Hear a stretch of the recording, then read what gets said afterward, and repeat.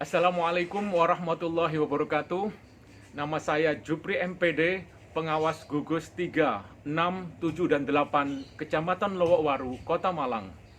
Dalam kesempatan ini, saya akan bercerita tentang pengalaman praktek baik yang saya tuangkan dalam tulisan dan video berjudul Strategi Getok Tular dengan Jigsaw, Trik Mengatasi Masalah Pembelajaran Berdiferensiasi. Situasi. Terdapat sejumlah kendala yang dihadapi guru di gugus 3, 6, 7, dan 8 Kecamatan Lowokwaru, Kota Malang saat mengimplementasikan kurikulum merdeka dengan pembelajaran berdiferensiasi. Pertama, guru tidak mengalami pengalaman dalam kemerdekaan belajar. Kedua, guru kurang memiliki referensi mengenai pembelajaran berdiferensiasi. Ketiga, sekolah dan guru tidak memiliki waktu yang cukup dalam beradaptasi dengan pembelajaran berdiferensiasi. Keempat, lemahnya skill guru dalam menguasai kebutuhan belajar, seperti menyediakan media pembelajaran yang menarik bagi siswa. Tantangan.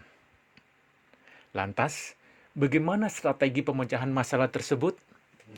Pengawas sekolah melaksanakan pembelajaran berdiferensiasi menggunakan trik strategi getok tular dengan jigsaw. Trik mengatasi masalah pembelajaran diferensiasi. Hal ini berdasarkan argumentasi kegiatan KKK di gugus 3, 6, 7, dan 8 Kecamatan Lowokwaru berjalan aktif. Terdapat 6 guru penggerak dan beberapa guru aktif memanfaatkan YouTube, website, IG, Facebook, grup WA, webinar, dan sebagainya dalam meningkatkan kompetensi diri dan pengetahuannya. Aksi.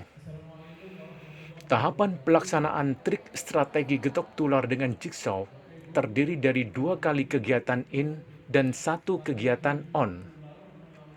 Kegiatan in 1. Materi dalam kegiatan in 1 meliputi 1. Penyampaian materi pembelajaran berdiferensiasi oleh pengawas sekolah.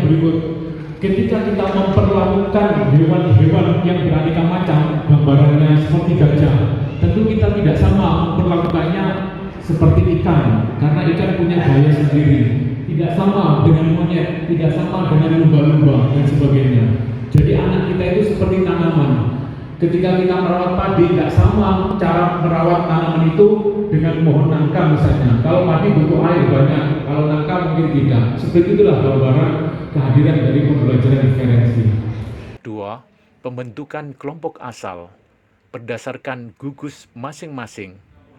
Setiap kelompok terdiri dari unsur ketua gugus, guru kelas 1, dan guru kelas 4.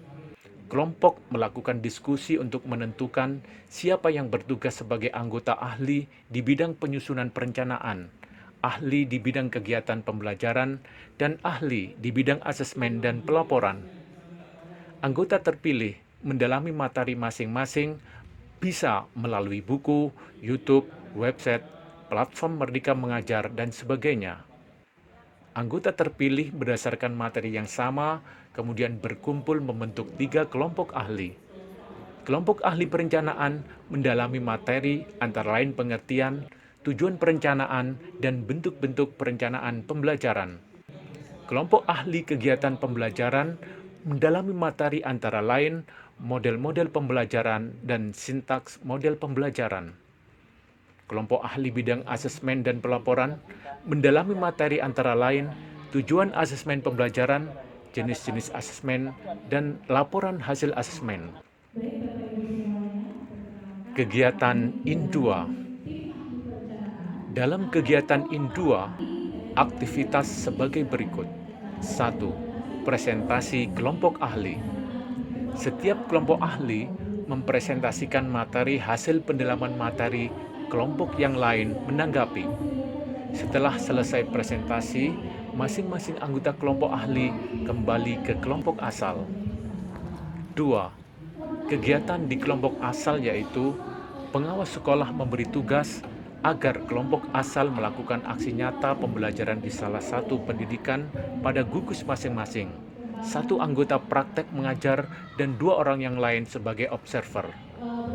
Untuk itu, kelompok asal agar menyusun modul ajar yang akan dipraktekkan, menyusun rencana tindak lanjut kegiatan KKG gugus masing-masing, dan menularkan atau getok tular materi dan pengalaman yang telah diperoleh dalam kegiatan IN1 dan IN2. Kegiatan ON. Siapa yang tahu gambarnya di sini apa? Saya. Coba dokter. Pada kegiatan ini, 1 orang anggota kelompok asal melakukan aksi nyata melalui praktek mengajar di satuan pendidikan, sementara 2 orang guru lain sebagai observer.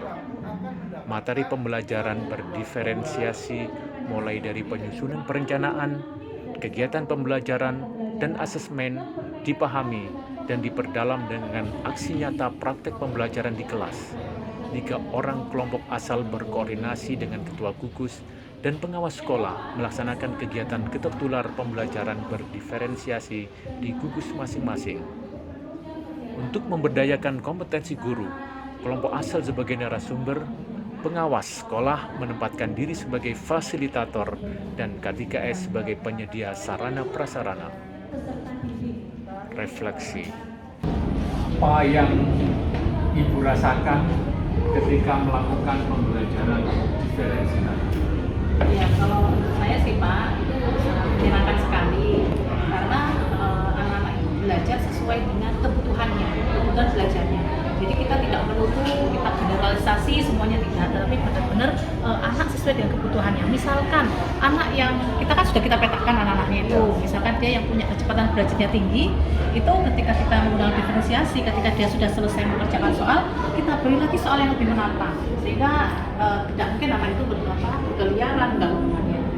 Berbeda lagi dengan anak yang mungkin kategorinya slow learner, gitu. Nah, kita beri treatment yang berbeda sehingga semuanya terayomi belajarnya, seperti itu.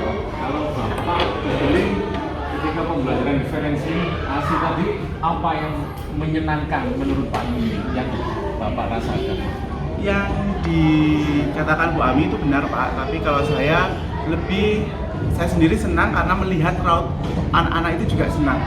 Mereka belajar sesuai dengan kemauannya, sesuai dengan bakat minatnya, sesuai dengan latar belakang mereka, gitu. Jadi mereka belajar sambil menampakkan raut muka yang senang. Jadi saya pun juga ikut senang gitu, karena melihat siswa-siswa saya belajar dengan hati yang senang juga.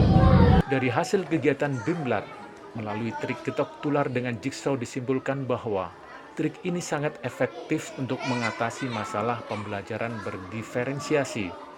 Dari segi pemahaman materi, 62 orang guru di gugus 3, 6, 7, dan 8 Kecamatan Lowokwaru, Kota Malang merasa kurang memahami 4,8%, cukup memahami 17,7%, memahami dengan baik 67,7%, dan sangat memahami 9,7%.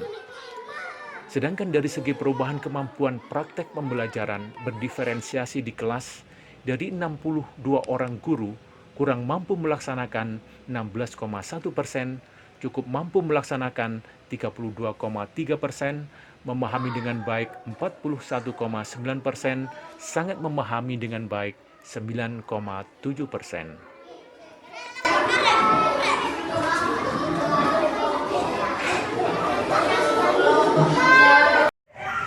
Terima kasih kepada SDN Tanjung Sekar 1 Kota Malang sudah menerapkan kurikulum merdeka. Strategi getok tular sangat cocok digunakan di KKG gugus kami. KKG gugus 3, 6, 7, 8, semangat. KKG gugus 3, 6, 7, 8, Kecamatan Lowokwaru, Kota Malang, luar biasa. KKG gugus 3, 6, 7, 8 Kecamatan Lowokwaru, Kota Malang, mantap. Gugus 8, mantap.